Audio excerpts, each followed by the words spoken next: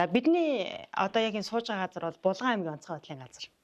За таныг төрөхөд тухайн үед Булган аймгийн эрүүл мэндийн газар байсан байна, тийм ээ. Их сонин төвхтэй юм байна л да. Тэгээд яг таныг энд ингээд төрөж исэн гэж сонссон. Тий, яг энд чинь аймгийн төр хэмлэг байсан. Тэгээ ээж минь төр хэмлэг төрсөн. Тэгээ дараа нь барилга нь хуучраад барилга нь нураагдаад манай онцгой байдлын байгууллагын газрын одоо байгууллага байшин баригдсан. Тэгээ би хаяа ус яг тань шиг тэгж боддгийн. Ямар сони юм дээ. Яг одоо төрсэн газар дээр мань онцгой байдлын байгууллагад байшин барилга баригд онцгой байдлын байгууллага энд ажиллана гэдэг ямар сони хувь тохиол юм гэж боддог. Нэг хүмүүс чинь нэг төрсэн газараа очиж хөрвөө нэнтэр гэл ярьдаг шүү дээ. Энд бууцсан дээр би төрсөн, энэ дээр ирдгийн жил болгоо ирдгийн гээд. Тэгэхээр надад бол их хэлбэр байдаг. Онцгой байдлын байгууллага дээр ирчихлээр би өөрийнхөө төрсөн тэр яг одоо газар дээр ирчихэж байгаа юм шиг.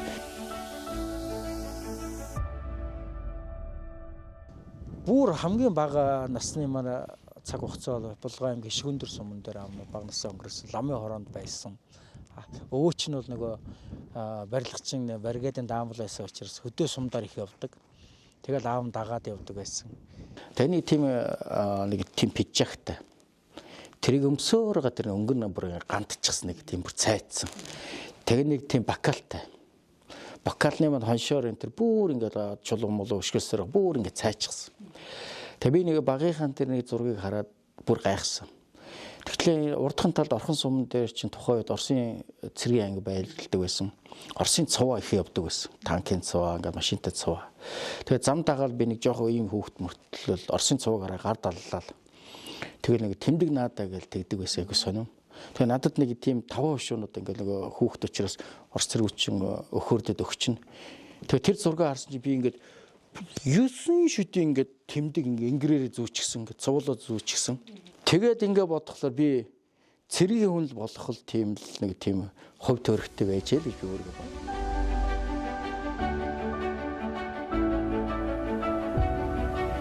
10 жил сургууль төгслөө энд амьдарч ирсэн. Манай хоёр хөрш айл маань эндээ хэвээрээ байж байна. Аав нь эндээс гараад тэр доор харагдж байгаа тэр улаан дээвэртэй нэг тоосхон байшин биш байгаад тэр чинь бол 1-10 жил эндээс тэр сургуульд явдаг байсан.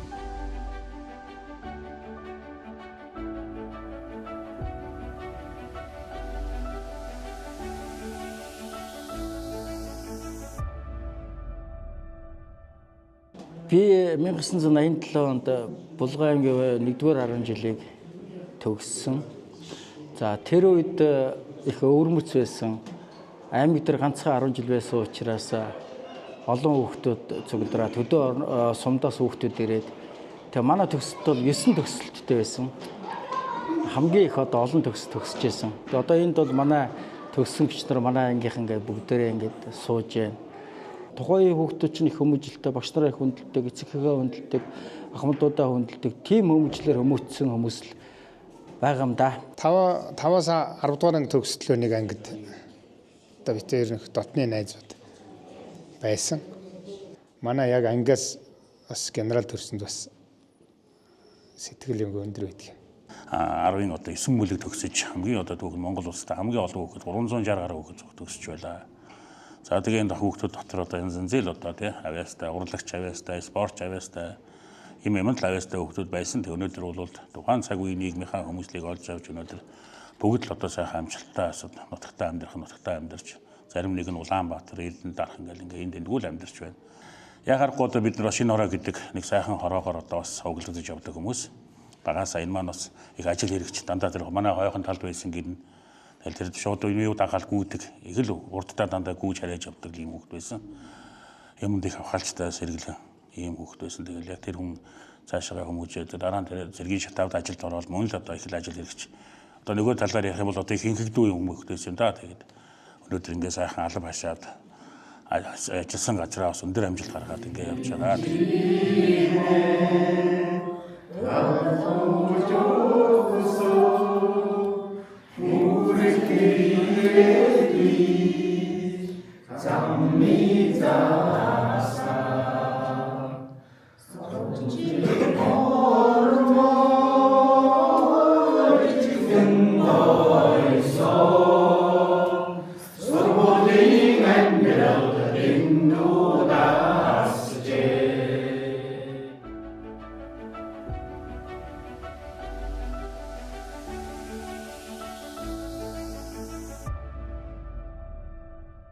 одоогоос 29 жилийн өмнө 1996 онд та Булган аймгийн цэргийн штабт иргэний хамгаалтын офицераар ажлын гараагаа эхлүүлсэн түүх байд юм байна.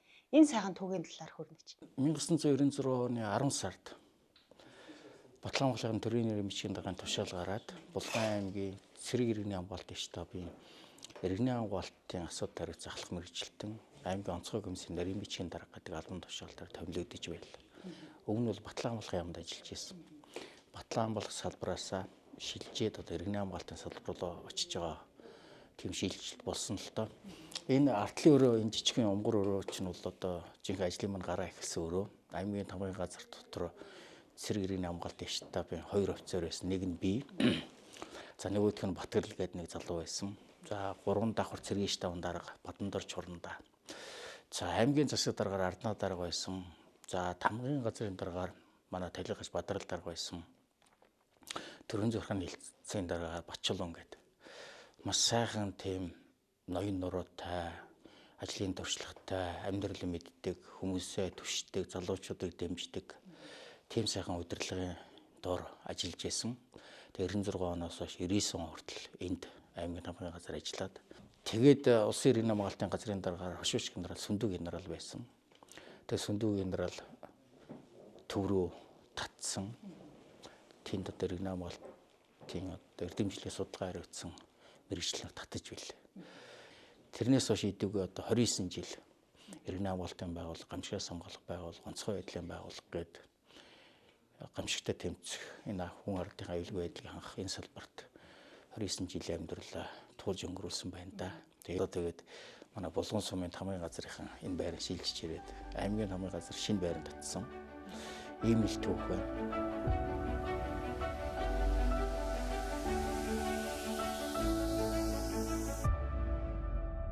Манай тамга газар цэргийн штабын офицерээр ороод одоо гамшиг хариуцсан иргэний хамгаалалт хариуцсан офицерээр орж ирсэн. Тэгээ 2002-3 онд сайн ажилласан гэдэг удирдлагын активд явуулаад бас мэргэжил улсын дээшлүүлээд активд ороод явсан чинь тэгээд цэргийн ажил руу онцгой байдал руу шилжиж ороод тэндээ одоо ингэж үр бүтээлтэй ажиллаа генерал болж байгаа нь баяртай байна. Одоо сайхан хичээл зүтгэлтэй хүн ингээд бас өсөөд дэвшээ явдаг юм байна гэдгийг харуулж байгаа.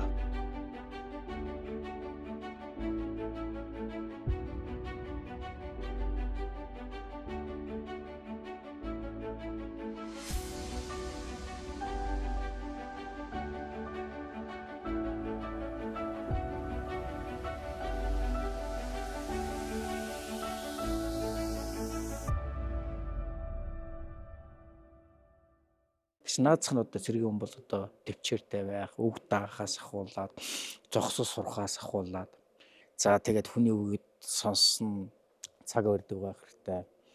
За хэлсэндээ байх. Ер нь авгийн том чадвар бол хүмүүс хоорондоо ингээ яриад тохироод зарчмынхаа асуудалд тохирцсон бол тэр хэлсэн дээрээс одоо нэг яс зогсдог байх хэрэгтэй. Цэргийн хүн төдийг бас эр хүнд байх зан чанар. Бид нар л одоо тэсвэр хатуучлалтай байхгүй бол өөр одоо ямар хүмүүс тэсвэр хатуучлалтай байх вэ, тийм ээ? Онцгой байдлын ерөнхий газрын дэд дарга Урандаа Батмунгийн Уумбай гэдэг генерал үлдээсэн байна. Зарлиг болсон Монгол улсын ерөнхийлөгч Алтмаагийн Батболог. За генерал цол гэдэг бол цэргийн дээд цол. За хүн болгон л генерал Урандаа болохыг ер нь хүсдэг. Би өөрөө ч гэсэн хүсдэг. За таны яг өнөөдрийн байдлаар та ингээ багаас нь ахуулаад үдий зэрэгтэй явж байгаа яг та ер нь ажилтай албан дээр нь ямар бол үзэл баримтлал барьж өөртөө ер нь ямар шалгуур үзүүлэлт тавьж өдөө хүрсэн бэ? Сайн гэж хэлгээд цаашаа нэг тийм зуршил байгаа. Чин сэтгэлээс. Заримдаа бүр ажил дотор орцсон амьдрдаг. Яг гэхдээ энийг бол нэг бүр ахуй амьдралаа хайчгаад ингэж зүтг гэсэн үг биш шүү дээ. Та манай 3 залуу офицерсаа ойлгоор.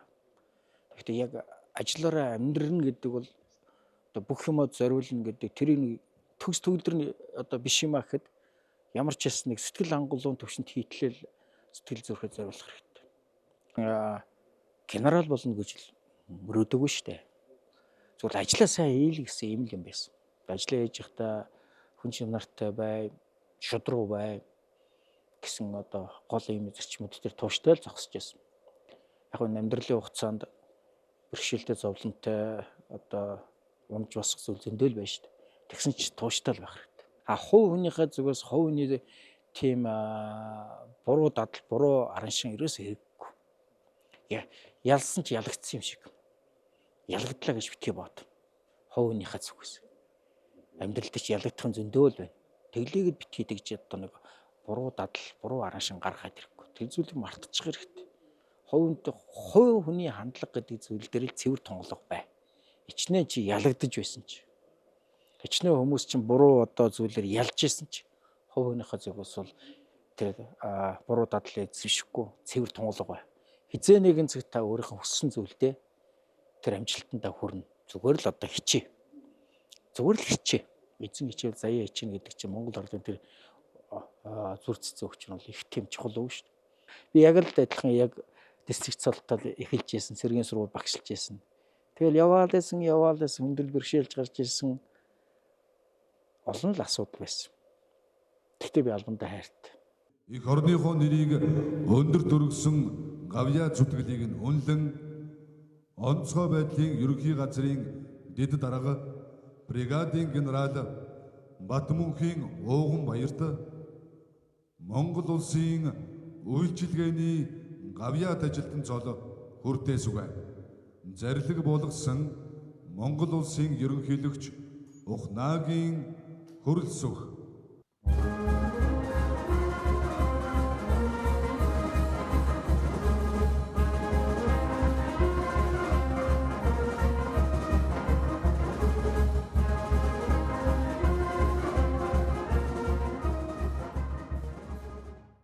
Анхнаасаа ямар үзэл баримталтай ажиллах ёстой юм бол энэ шинэ одоо залуу бүрэлдэхүүнд ингэж хандаж хэлвэл Яг ажиллаа чин сэтгэлээс бүр зүрх сэтгэлээс л хийх хэрэгтэй.